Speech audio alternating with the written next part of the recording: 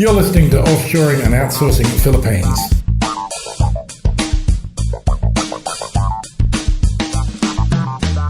Our regular podcast that looks at the BPO industry in the Philippines and the opportunities for both offshoring and outsourcing as they might apply to customers in Australia, New Zealand, the US, UK, Canada, in fact anywhere in the world. The Philippines, as you know, has some wonderful resources for offshoring, including a large English-speaking population, an excellent education system, and a wages structure that makes it commercially viable to invest in the Philippines. Shortly you'll be hearing my colleague Henry Acosta, who will tell you who's been interviewed for this episode. We interview people who run business process outsourcing companies, people who are customers of business process outsourcing, people who have been customers and are now not customers, so good, bad or ugly, we like to talk to people and share their experiences in the offshoring and outsourcing industry with you. Each week you'll hear our presenters interviewing Philippines businesses or customers of Philippines businesses. The presenters are myself, Wayne Buckler, Patrick Reyes and Henry Acosta. For our first interview, we have Erlend Bakke of Mr. Outsource, and it starts at the 1 minute and 50 second mark of the podcast. Our second interview is with Jerry Durant of Red Core Solutions at the 26-minute mark of the podcast. Our third interview is with Adam O'Connor of CloudStaff Philippines, and it starts at the 39-minute and 55-second mark of the podcast. And for our last interview, we have Pargad Jack Biteng of Fountainhead Technologies, and it starts at the 48-minute and 10-second mark of the podcast. Hello and welcome to the Outsourcing Philippines podcast. I'm the host, Henry Acosta, and today we have Erlend Bakke. He is a Norwegian entrepreneur, speaker, and #1 international best-selling author. He was born in 1981 from London, United Kingdom. He currently owns 3 companies, Mr. Outsourcing, 360, and 360 Factory. He speaks on the topics of entrepreneurship with focus on how to automate and outsource your business to avoid the trap of becoming a business prisoner. He spends most of his time between London, Oslo, and Davao City in the Philippines. He is also available to speak at venues all over the world depending on his availability. Today he's here with us to talk about Mr. Outsource and how his experience has been with outsourcing here in the Philippines. Hi Erlend, and welcome to the program. Thank you. Alright, so for our first question today, can you give us a quick introduction about who you are and what you do for Mr. Outsource? Yeah, so Mr. Outsource was basically started because I was successful in another type of business. So basically, when I started my first business in Oslo, I had to do a lot of editing. So basically, we were doing something called 360 photography of products, and I was sitting day and night editing all these images. And I developed RSI in my right arm, so then I was suddenly using my left arm, and I was learning all the shortcuts and everything like that. But it just wasn't a sustainable life because you cannot work 16 hours a day. So I started asking myself, how can what can I do? Which I think is a really important question. In any given situation, whether you're in prison or, if you've lost a family member or if you lost your job, you can always ask yourself, what can I do? So I asked myself, what can I do? Well, I could probably send the files somewhere else and get them edited and at a lower cost than doing it in Norway. So I put an ad out on a website in the Philippines, sulit.ph. I don't think that's as popular as it used to be. Maybe it is. I got about 30 applicants, and then I sent them a test so basically I recorded my screen. So that's one of the really important things that you can ask your client to do, or if you are a client to get to outsource. So there's different software you can use. One is ScreenFlow, one is Camtasia, and you just record your screen and then you upload it to YouTube as an unlisted video, and then you send the instructions that way. And that's something I've done again and again and again. So we have a big library of tutorials on how to do the different processes in my business. But I sent them these tutorials, sent them some images to edit, and within the test, I had actually made a mistake, which I hadn't told them about, but they had to sort of find the mistake to sort of move on to the next round. And 5 people did that. So I hired them for a week, and then I hired the best person, and that became my business partner in 360 Factory. And we're still working together today. I had a meeting with him this morning, and it's been working really well. So Mr. Outsource is I started Mr. Outsource because image editing worked for me. Like, I liked working with Filipinos.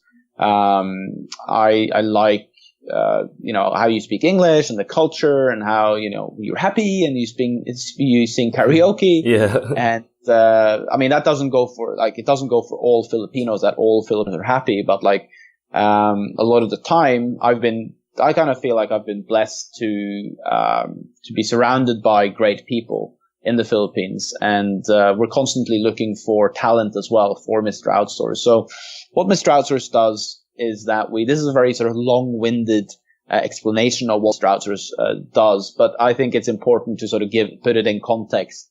So because I was successful with image editing, I said, okay, so how can I help other entrepreneurs? Because what happened, even though I was doing outsourcing, was that I really sort of worked myself into the ground, because I didn't, even though I started outsourcing, I was still working 16 hours a day, 7 days a week, and I wasn't like giving myself a break. But I at some point I got so tired from working that I just had to take, a couple of months off to heal my body and sort of mind.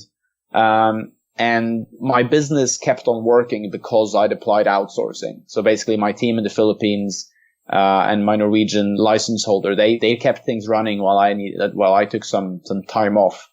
And because that worked, I was like, okay, so this is a serious problem for entrepreneurs getting burnt out. So what can we do to help other entrepreneurs?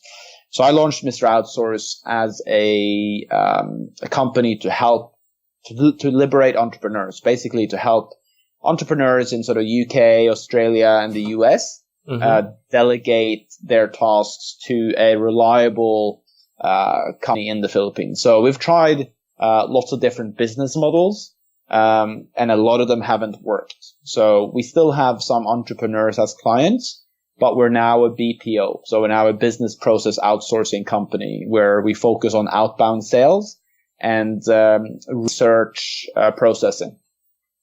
I see. Yeah, that's a very good history. I admire your work.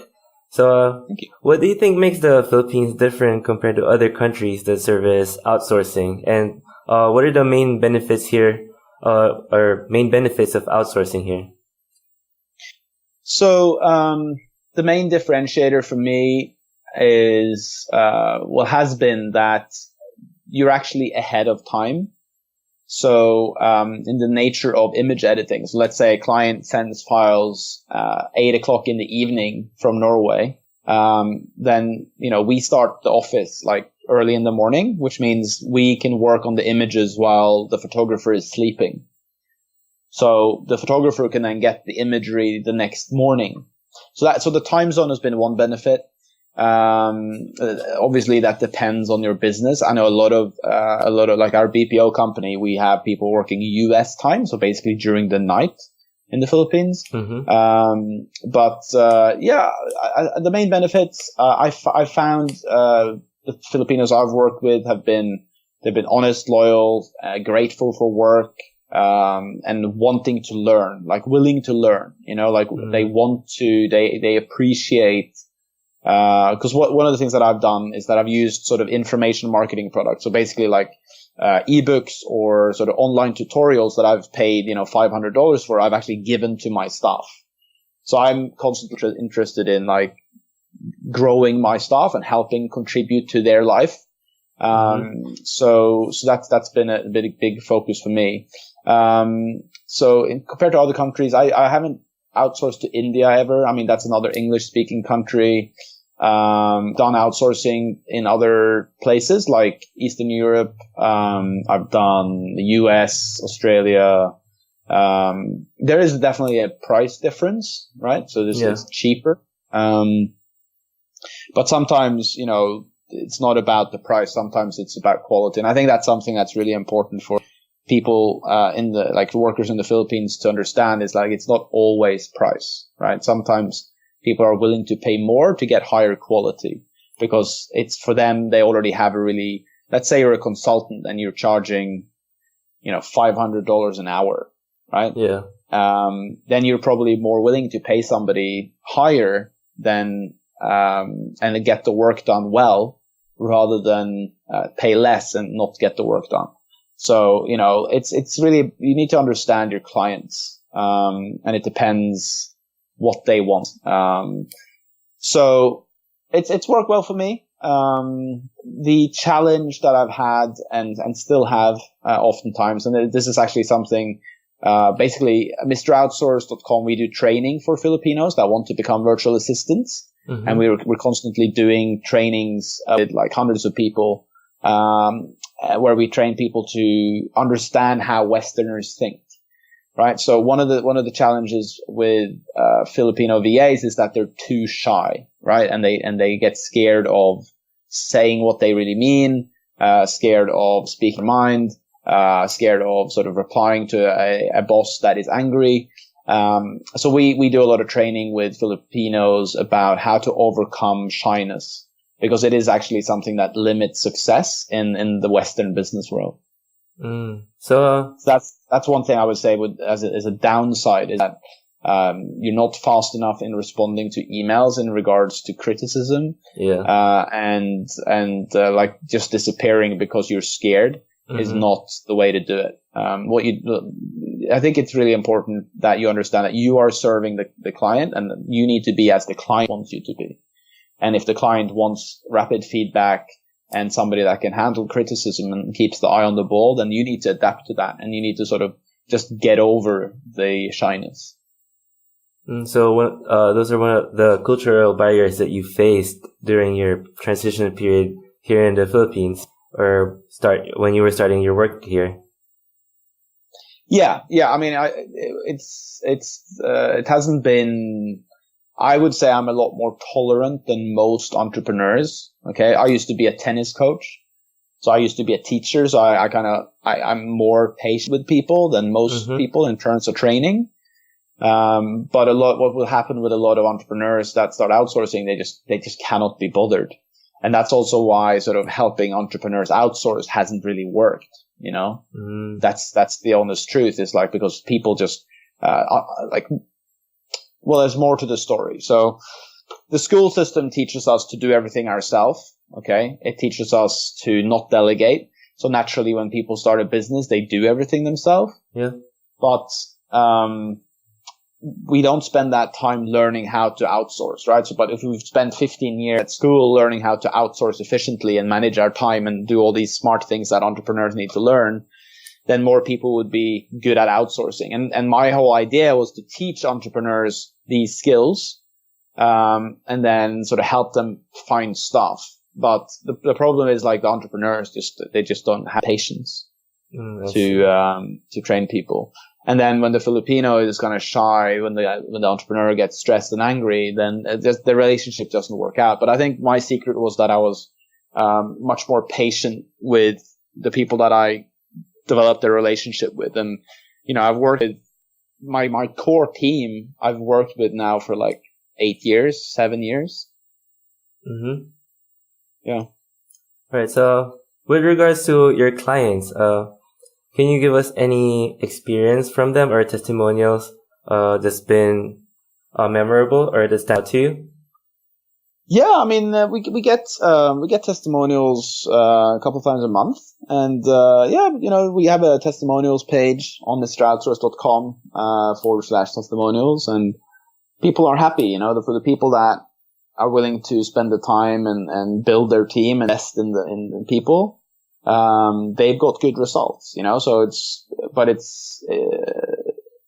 I wish the amount of people that had a success was higher, despite all the training that we've tried to provide, people are still failing at outsourcing at the sort of beginning stages. A lot of people anyway. Not all, but outsourcing is a very growing trend, but there's a much bigger market for companies that want to have 10 to 20 people than there is for like serving entrepreneurs just want one person. All right. So, well, what do you think makes Mr. Outsource different from other outsourcing agencies, not just here in the Philippines, but all over the world? Yeah. So what we've got a lot of focus on is community and training. So we actually, where our office are, we actually have a co-working space. Okay. So that co-working space is the place you can go in and you can pay to spend the day working there. And in that environment, there'll be lots of other, co-workers that you can ask advice, get to know, etc. So that's one aspect. So we're very much community based. And as part of that community, we do weekly events. So we've done lots and lots of events at the space, constantly bringing people together that want to be virtual assistants or web designers, programmers, whatever, and building sort of our office to be a hub for people that want to work in that kind of way. So that's definitely a big differentiator. And obviously, when you have lots of presentations, these are courses, right? So people are constantly learning and learning and learning. So we focus on sort of serving our community and educating them to become really better at what they do. And that's something that, of course, we talk to clients about. Other things, we are getting much more focused on outbound sales and processing data. That seems to be working for us. But besides that, yeah, we just because we're in the human business, you know, we sell humans kind of. Yeah. We focus on having really great people, you know. Awesome. And so can you give us the main mission and vision of your company? Yeah. So our mission is to first and foremost sort of educate and grow the people that we have a relationship with. So basically on our end, make sure that we have attracted really great people and that the culture in the business is awesome. That is really important. And then it's obviously to serve our clients in the best way possible, you know? So that's my goal. All right. So, can you give us a little bit of insight on the process of recruiting clients from you guys? Oh, how we actually get clients? Yeah. Okay. So, one strategy that we used was that I published 2 books about outsourcing, and they sell, you know, we sell a couple of books every day. People read about outsourcing, and then they contact us. So that's been one way. Another way is, just giving presentations. So, you know, giving presentations on outsourcing, helping companies understand how they can outsource. And then the obvious, answer to who can, help them outsource is us, right? If you help somebody understand how to outsource and then you offer them outsourcing, the likelihood of them choosing you is high. And then we do a podcast. We also have a podcast, Hardcore MBA, where we have the topic of outsourcing sometimes, not all the time. Yeah. But the podcast is sponsored by Mr. Outsource. So that's another outreach. But we also do, a lot of referrals. So basically, like, we have clients today. So really, the way that I really like to build companies is that you get some clients, you serve them well, you take good care of them, you make sure that, like, the work that you do for them grows their business. And then you ask them for referrals. So you say, like, do you know anyone that needs, you know, a VA, or do you know anyone that needs a call center, right? And then they will help you out because you're helping them. Like they will give you a referral, and it's much stronger way to build a client base because you don't have to sell yourself in. Somebody's just saying these are great to somebody else that needs it, and that's how we get most of our business. All right. And so let's say I want to work for Mr. Outsource. What is it that you look for in an employee? So we do a monthly boot camp. They're called different things, but yeah, you have to pay 200 pesos to attend, and then you know, we offer you a course there as well to, like, go through our training, and then if we like you, then we will get you some work. All right. That's pretty simple. And yeah. Can you say that the businesses of your clients have grown considerably since they started working with Mr. Outsource? I think so. I not for all. I mean, some people that quit, they quit, right? So, but we have a lot of the same customers, and they are using more and more our services. So yeah, that's a reflection of us actually adding value to their business. And what are the common misconceptions that you usually tackle about outsourcing here in the Philippines? Misconceptions. There's a big misconception that there's like this superstar virtual assistant, like that you can have one person and just like send them everything. That isn't true. You need a general virtual assistant. You need a project manager. And then you need to build a team around the project manager. So yes, you can delegate to one person, but that person needs to have access to other people. So you're not going to find like a programmer, web designer, graphic designer, salesperson, social media expert, PowerPoint creator, etc., etc., etc. Right? Mm-hmm. You're going to find that's like a team of 6, right? Yeah. So that's actually one of the business models that we tried with Mr. Outsource, was to give them like a dream team. So basically like, if you want to make money online, then you need these types of people. Well, here's a contract for getting those types of people. And again, it didn't work for the people that we were selling it to. But I do know that there's another company called Consus.com that is doing that very successfully. So they offer just lots of different types of people, but they only work for Consus on a freelance basis. So they sell to a different market group, different target market. So that's why that works. But misconceptions. I think there's a misconception that like all Filipinos are great. I've hired people and, it has not worked out, and it's typically been the sort of disappearing act. That like it works for like a month and then the person's more sloppy, mm-hmm. and then sort of disappears. But the trick there is to like notice it really early on. And there's a couple of more things as well to notice when you're outsourcing. One is like, my computer broke down is a very common excuse. I was ill is another one. There was a storm was another excuse. Yep. And, something happened to a family member. These are like common excuses that, for when people don't deliver, instead of just saying like, you gave me too much work, that's why I couldn't deliver. Sometimes people come up with these 2 excuses. And there's a saying which I really like, which is like, you either have results or you have all the reasons why you didn't do it. So like, there's either you have the results or you have excuses, right? Mm-hmm. So those are actually really important to pay attention to. And that's something I teach clients as well. Is like, if people say that there was a storm or they were ill or this or that, it's like, yeah, maybe once, Yeah.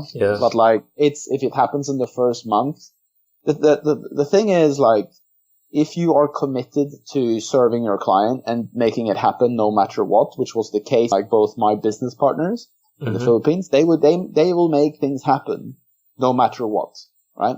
They will, if there's a storm, they'll figure out how to get electricity some other way. Right? That's why they are superstars. That's why my business partners are really awesome.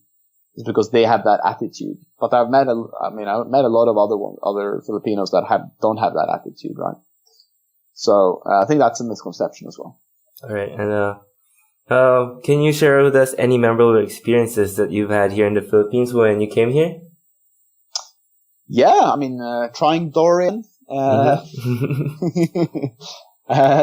And, no, I think, like the first time I came down, never been to the Philippines, and I came into the office and everyone there was there with like a sign, and everyone clapped and smiled and sang for me. And it was just an amazing thing. And then I just have a great time when we go, when we have dinners together, when we do karaoke, when we do our team building exercises. Those are things that I really find amazing, and I find like the people that I work with in the Philippines are amazing people. They're great people. And I'm really grateful for, the collaboration that we're doing. All right. And for a last question, how can anyone who's interested in Mr. Outsource get in touch with you? Either potential clients or maybe even employees? Yeah, so the thing to do is to go to mroutsource.com and just go to contact and then send us an email. That's the best way. And if you're in Davao City, you should drop by our space Dreamwork. You can go to dreamwork.ph and check it out and go come on our free events. Awesome. So that's all of our questions for today, Erlend, and thank you for being on the show. We appreciate your time. Thank you, man. That was Erlend Bakke, an entrepreneur, speaker, and #1 international best-selling author. He is the owner of 3 companies, Mr. Outsource, 360, and 360 Factory. We just finished talking about Mr. Outsource. Transcripts and archive are available at offshoring.com.ph, and you can listen to this podcast on iTunes. Thanks for listening. Hi, I'm Henry Acosta, and welcome to the Outsourcing and Offshoring in the Philippines podcast. Today we have Jerry Durant. He was the chairman emeritus of the International Institute for Outsource Management. He is a recognized leader in the outsourcing industry and a board member of various international outsourcing councils. He is a well-known innovator and leader in setting standards for advancing improvements in the outsourcing industry, information technology, and business process sectors. He ranks as one of the top 25 most influential global outsourcing leaders, according to the International Association of Outsourcing Professionals. He got his master's degree in computer science at New Hampshire College Graduate School. Last but not least, he is the president of Redcore Solutions, and today we're here to talk about outsourcing here in the Philippines. Hi, Jerry. Welcome, and it's an honor having you here on the show. Likewise. And, to kick it off, can you give us a quick introduction about who you are and what you do for Redcore Solutions? Yes, I'm the president and an investor in Redcore Solutions, which is an ITO located in Mandaluyong, Philippines, and we specialize in 3 areas: analytics, IT-enabled solutions, and enterprise optimization. And what inspired you to having the idea for information technology outsourcing or building a information technology outsourcing business specifically here in the Philippines? Well, actually, Redcore was not my brainchild, but that of Edison Diaz, the present CEO. His vision was to form a business that provided technology-enabled analytic solutions, and he did that based on some postgraduate work he did after leaving college. This permitted them to also pursue the combination of the two, being the analytics combined with the different types of technologies that you can use to enable it via the use of information technology. And what do you think makes the Philippines different compared to other countries that service an ITO service? And what are the benefits of doing it here? Well, I don't see the Philippines as having any differentiators insofar as anything beyond labor force size and pricing. In terms of capability, I would say they are on par with most of the other locations located around the world, including even some of the Western companies and countries that we deal with. What this means is that we have a foundation level of trust, and it helps us to then build a strong alliance with the various companies that we work with. And with regards to your transition here, were there any cultural barriers that you faced when you started out here in the Philippines? I've done business here in Asia for more than 4 decades, which is quite some time. But the major difference is in terms of visiting versus living. And I've lived here for going on 7 years. Mm-hmm. And one of the things that I've learned is that you don't get a picture of any country by living in a Western hotel and not seeing what the real people that you're going to be working with go through on a day-by-day basis. I think in the case of the Philippines, there are some positive and constructive signs that make the Philippines a place to watch and strongly consider in the upcoming years. And What do you think makes Redcore Solutions different from the other agencies that are here in the Philippines? I think there's a couple of areas. One is the depth of understanding of the topics that we are engaged in. It's not like we are just a programming shop. We are actually analysts. And as a result of that, we're able to not only look at the technology side of the house, but also look at the business side as well. This way, we provide what I would call a more unified solution than simply just building what somebody wants and then having them try to figure out how it's going to fit into their upcoming or desired marketplace. And can you give us the mission and vision of Redcore Solutions? Sure. Our mission is kind of carried in our credo, which is we power informed business decisions. What this means is that we want companies to not just build systems for the sake of either replacing something that exists or to simply satisfy a begging need, but that it actually should be something producing value that will ultimately help their business and not just fulfill a gap that may exist on a temporary basis. And with regards to recruiting clients, how do you guys recruit clients? I would call it an art form. We get a lot of inquiries from referrals from our existing customers. We get some from word of mouth insofar as people that we've come in contact with through the course of meetings, conferences, community involvement, and things of that nature. I think it's an ever-changing situation, however. We have to work hard at it. We have to be very focused on what we believe is our core competencies and focus on those and not try to be all things to all people. So in some cases, one of the problems that we often with times face is price becoming a detractor. And because of that, we in fact will submit proposals for the various requests that were made, but we never include price until we can get an agreement on value objectives first. And how's the experience of your clients been working with you guys? And can you share with us any testimonials from them? Well, in terms of successes, we have one client, a major petrochemical company that we've had since the onset of the company, which has been going on 11 years. Mm-hmm. And what we provide for them is retail analytics services. So I think that's probably as good a testimony as you could get when you've got a customer that will stay with you for that long and not just look at you as a one-shot solution provider.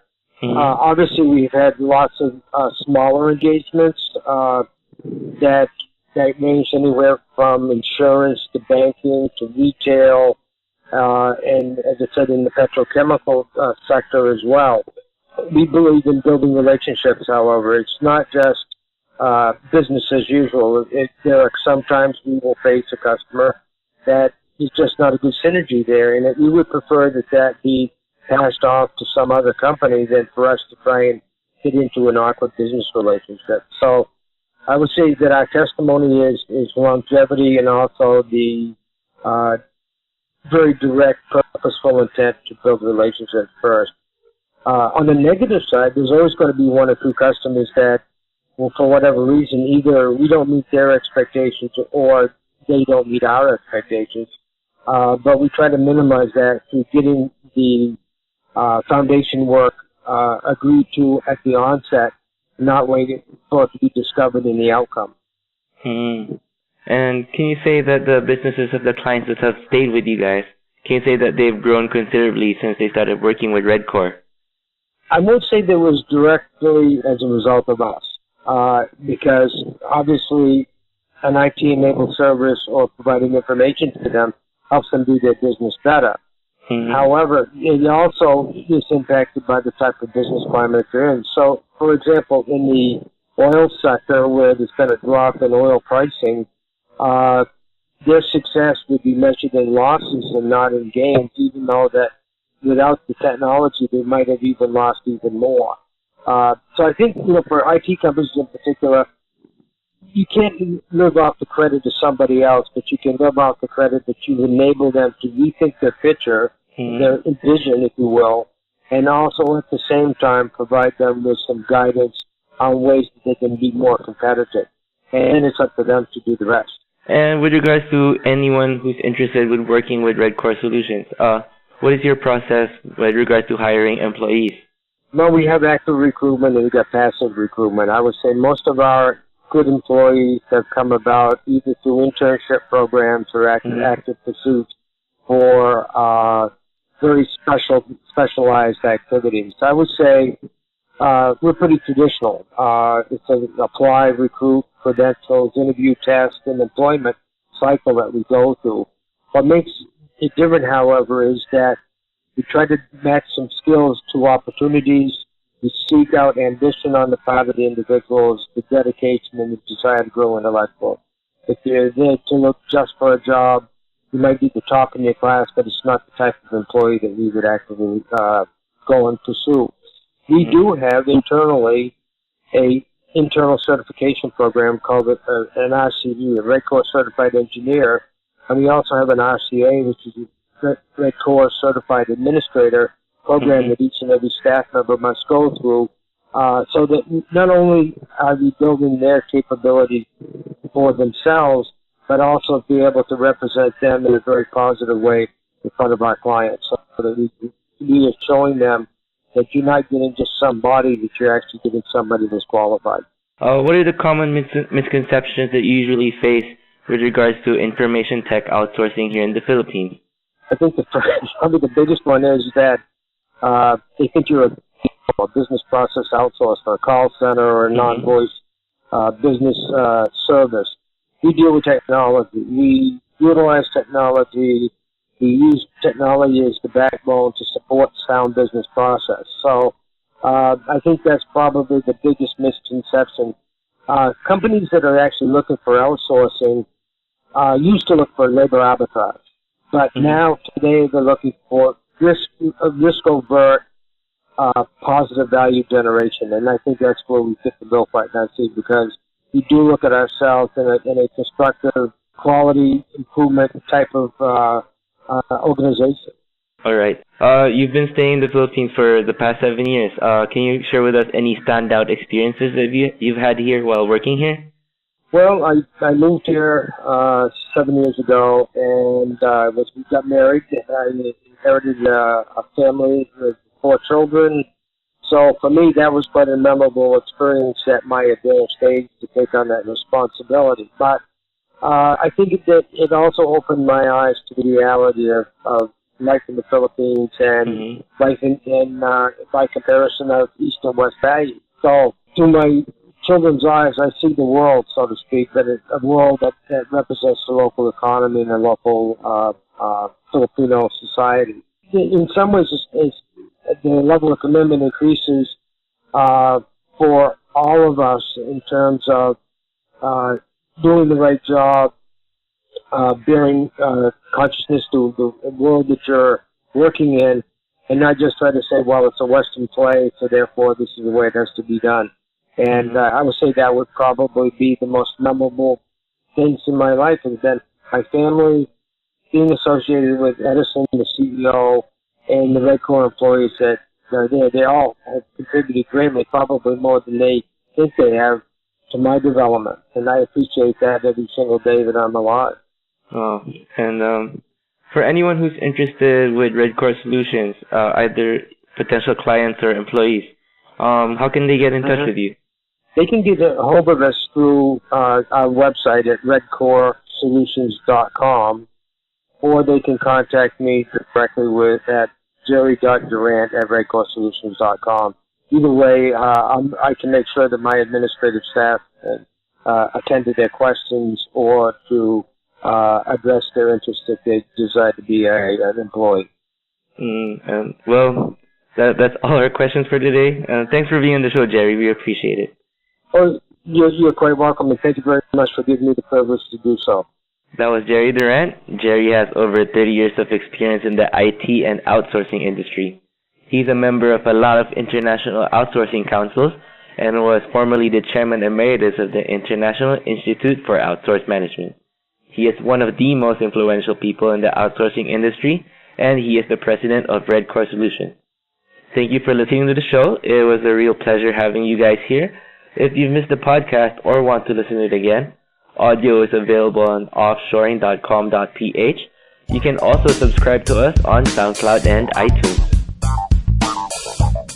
You're listening to our regular podcast, Offshoring and Outsourcing, and now one of our sponsors is joining us to have a chat. It's Adam O'Connor.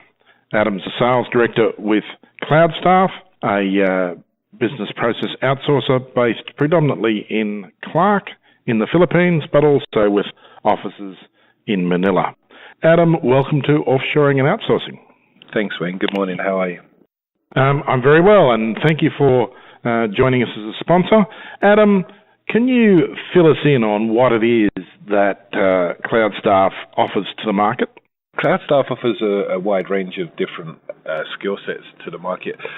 We provide a low-cost offshore solution for Western businesses to be able to utilize the skills that we have here and make sure that they're getting the right people at the right cost for their businesses. Now, Adam, where would you position CloudStaff in the spectrum of business process outsourcers? I mean, some have as few as 10 or 20 staff, and some have thousands of staff. Where do you fit into the spectrum? Currently, we're just over 1,000 staff. In terms of the skill sets that we do, we focus on a wide range of skills, which allows companies to have a team of differentiating skills and competencies within one location. We don't focus on just one area, such as accounting or teleservices. We bring teams together that work for the same company. Adam, some of the businesses that we talk to make a big distinction between offshoring and outsourcing. Where do you see CloudStaff sitting? I think we are an offshoring company. I think you can outsource within the same country as you're in. A lot of companies, if we use Australia as an example, will outsource their IT functions to a company within Australia. The offshoring element means we do have an Australian entity, but we primarily focus all of our talent that we give to companies from the Philippines at this moment in time. And who's your typical customer, or if that's not a fair question, can you give us a portrait of some of your customers? Our typical customers are from the SMEs, small to medium enterprise category, anywhere from sort of 5 people in their office all the way up to 2,000, 3,000 people within their Western office with their teams over here. So, Adam, SMEs who are only looking for a few staff shouldn't be put off contacting you then? No, absolutely not. We're happy to help everybody, and we look to help everybody that we can. And what about the larger players who are looking for a particular service, if it be someone looking to do accounts receivable for them, or someone looking to chase outstanding debts? Do you do that kind of one service arrangement that some of the bigger BPOs do? Yes, we do. We do large teams within one vertical for companies, but we find that once somebody's got something working quite well, that they'll look to expand. But we definitely focus on one vertical if a customer wants to. Now, Adam, I notice on your website that the catch cry, or the slogan, if you will, and I'll mention the website, www.cloudstaff.com. The catch cry is people and technology at the heart of everything we do. Can you unpick that for us and explain how people are at the heart and how technology is at the heart of CloudStaff? The people that are at the heart of everything that we do, because we feel that we can supply the talent of a similar standard to the West in the roles that our customers are looking for at a fraction of the cost. To make this easy for our customers, we provide a technology suite that we've developed ourselves, which faces both the employees within CloudStaff and the employees within Australia, and also the customer's manager view to have a look across everything. We have web applications, we have mobile applications, and we have systems to help make the transition really easy as well. Pretty much everyone I talk to says the 2 things or 3 things that kind of everyone in the Philippines in the outsourcing industry talks to me about is that they have excellent infrastructure, and they have excellent technology, and they have excellent pools of recruits. You develop a lot of your technology in-house. Is it unique? A lot of it is unique, Wayne. We bring together systems that we have developed ourselves into a suite which is easily accessible and gives you an unfair advantage, I guess, if I can be bold to say that. that allows you to train staff, keep communication with staff all from one portal. This allows us to keep up to date with what the customer's looking for, what the account managers on the ground in the Philippines are looking at, and keeps everybody informed on a real-time basis. I see. I understand that you're an Australian firm. Is that the extent of your corporate structure? No, we have entities in the UK, Australia, and Hong Kong, as well as in the Philippines here. And is there an advantage to the customer in you having that multiple entity arrangement? Customers are able to bill out of either Hong Kong or Australia. Some of our customers, not all of our customer base is based out of Australia. Depending on where customers are based, they can choose which entity to bill out of and which entity to actually hold a contract with. What about management? Is your management Australian-based? No, our management is all on the ground in the Philippines, and we combine Filipino management and Western management as well. Now, that's another thing that I hear a lot from BPOs is that they have Filipino managers. Are they senior managers within Cloud Staff? We do have some senior management. The senior management team of Cloud Staff is split between Western and Filipino. Oh, I see. Adam, we're running out of time, but if you had a message for prospective customers about why Cloud Staff is the place they should be looking for their offshoring, what would the message be?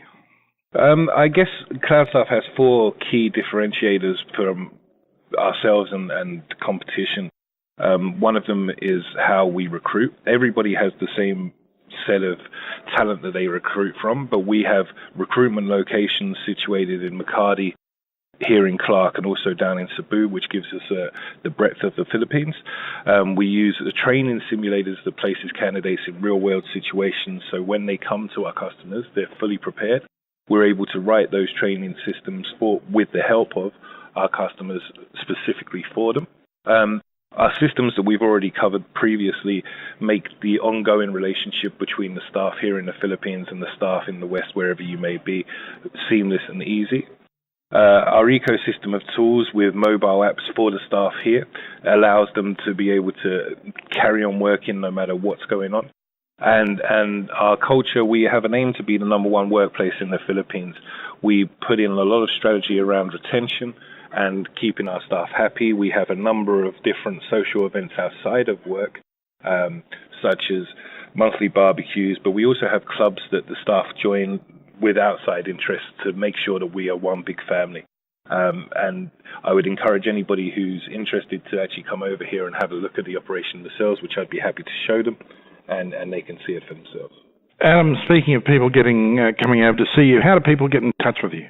If they can either via the website, which is www.cloudstaff.com, or alternatively, they can email me directly at adam@cloudstaff.com. And that's Cloudstaff, CLOUDSTAFF, all one word. Correct. Adam, it's been a pleasure having you on Offshoring and Outsourcing, and we do thank you for your sponsorship of the podcast. Thanks, Wayne. I appreciate the time. Hello, I'm Henry Acosta, and welcome to the Outsourcing and Offshoring in the Philippines podcast. Today, our guest is Pargad Biteng. He goes by the nickname of Jack. Jack graduated from the University of the Philippines and earned his MBA in the University of Chicago. In 2001, he and his friends founded Fountainhead Technologies. He has put on hold his studies in PhD at the London School of Economics to run Fountainhead Technologies. Today, we're here to talk about Fountainhead Technologies and the outsourcing scene here in the Philippines. Hi, Jack. Welcome to the show. Pleasure to have you on board. Thank you. My pleasure. Thank you for having me.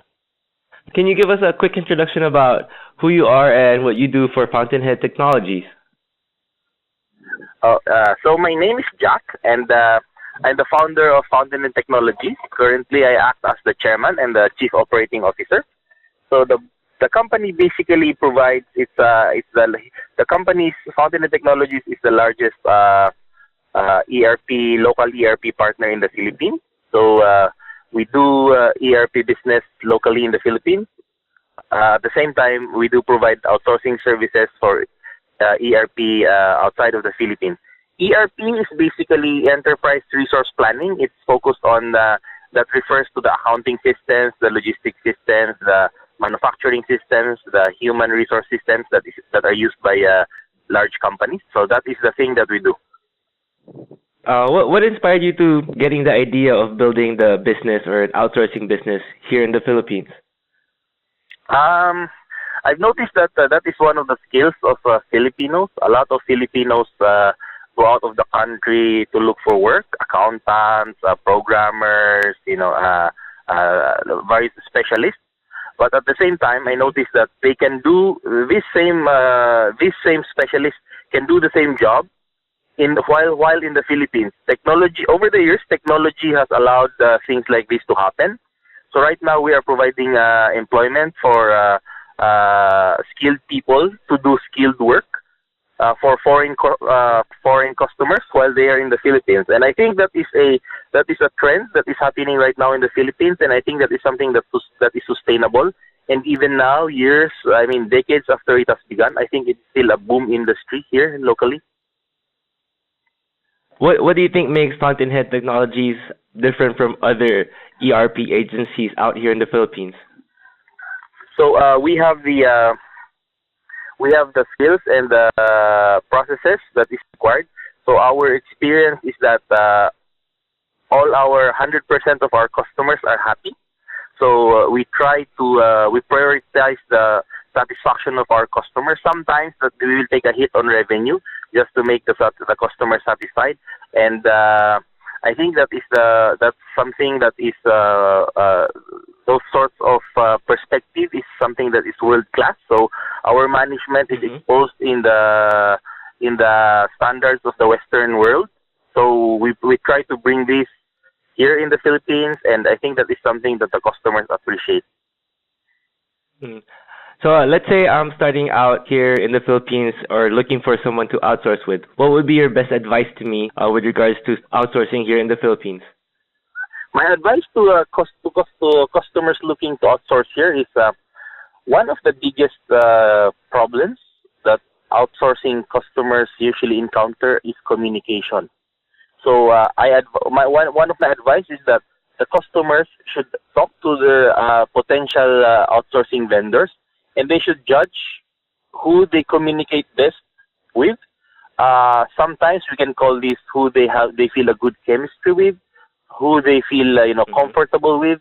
Those are the notions that they can have. But at its core, it's a communication, because skills wise, I think a lot of the people are skilled, but the problems being physically located apart from each other, the communication is something that has to be focused on.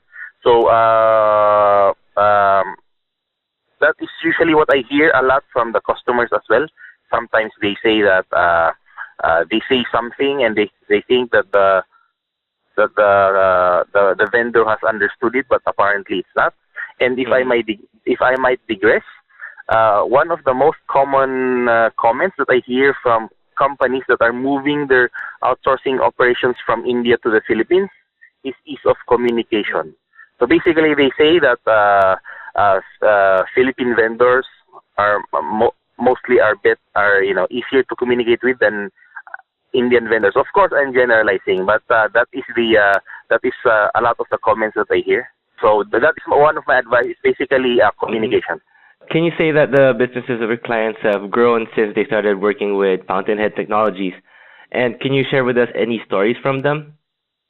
What happens with us is that we do a project with a client, and then after a year or so, they ask us, "Hey, we bought another company. Can you support the same ERP of these guys?"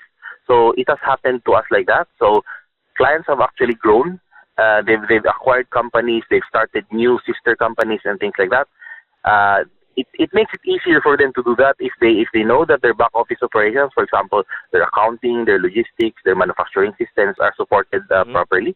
So it has happened a lot for us. So we have several examples wherein customers are giving us work for one of their legal entities, and then over the years it has reached to like 60 legal entities. It's a conglomerate member company, something like that, and they're having us service them. So I think that is one thing is that we can help them grow. Basically, we can help them grow. We can help in their scale. We can provide the scale for them, so that is something that they will have to think of less. What are the common misconceptions that clients usually ask about the Philippines when they're starting outsourcing here? When we have new customers, when we have new prospects, not yet customers but prospects, one of the things that we ask them is that come visit the Philippines. We ask them to come and visit the Philippines physically. And one of the reasons we do that is to for them to see what the Philippines and then banish some of the misconceptions that they have.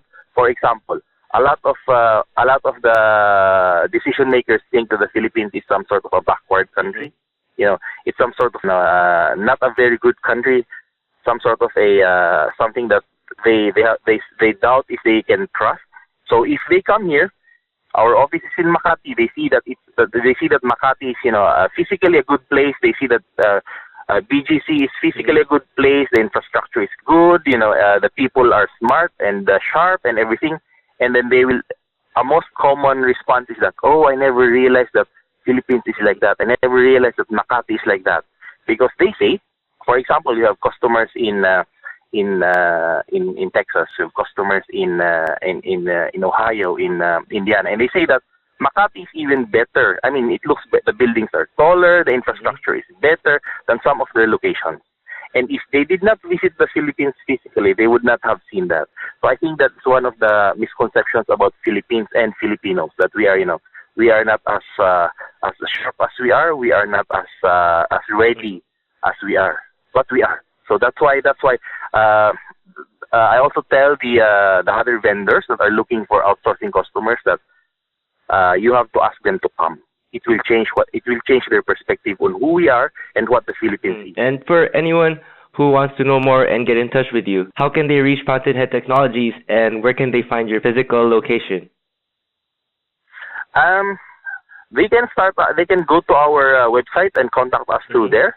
That is basically fountainheadtechnologies.com. That's quite long, but it's fountainheadtechnologies.com. They can contact us from there, and we can start a conversation from that. Physically, we have locations in Makati as well as in UP Techno Hub in the north in Quezon City. So that is our two locations, Makati and UP Techno Hub. And that's all our questions for today. Thank you for being on the show, Jack. It was a pleasure talking to you. Thank you very much. It was it was nice. And that was Parga Jack Peter. Jack is one of the chairmen and the CEO of Fountainhead Technologies. He founded the company back in 2001 with his friends. We just finished talking about Fountainhead Technologies and outsourcing here in the Philippines. If you want to listen to this podcast, go on www.offshoring.com.ph. You can also find us on iTunes and SoundCloud.